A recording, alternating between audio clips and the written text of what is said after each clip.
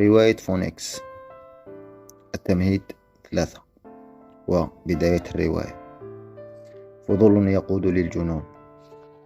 خاطبتني العجوز قائلة: لا يا ولدي، كل ما رأيته ليس بجنون ولا بحلم، لكنه واقع شبيه بالخيال. أنت عند بابه الوحيد. في عالمنا الذي نعيش فيه لا يراه أحد ولا يشعر به أحد ولا يرى أحد ما رأيته إلا إذا كان مثلك، فهناك شروط ليتشكل لك الباب، وهناك شروط ليفتح، كما هناك شروط لرؤية ما رأيت. فأجبت: وما الشروط يا خالتي؟ فقالت: لا أحد يعلم، لكن في مرحلة ما إيمانك سيساعدك.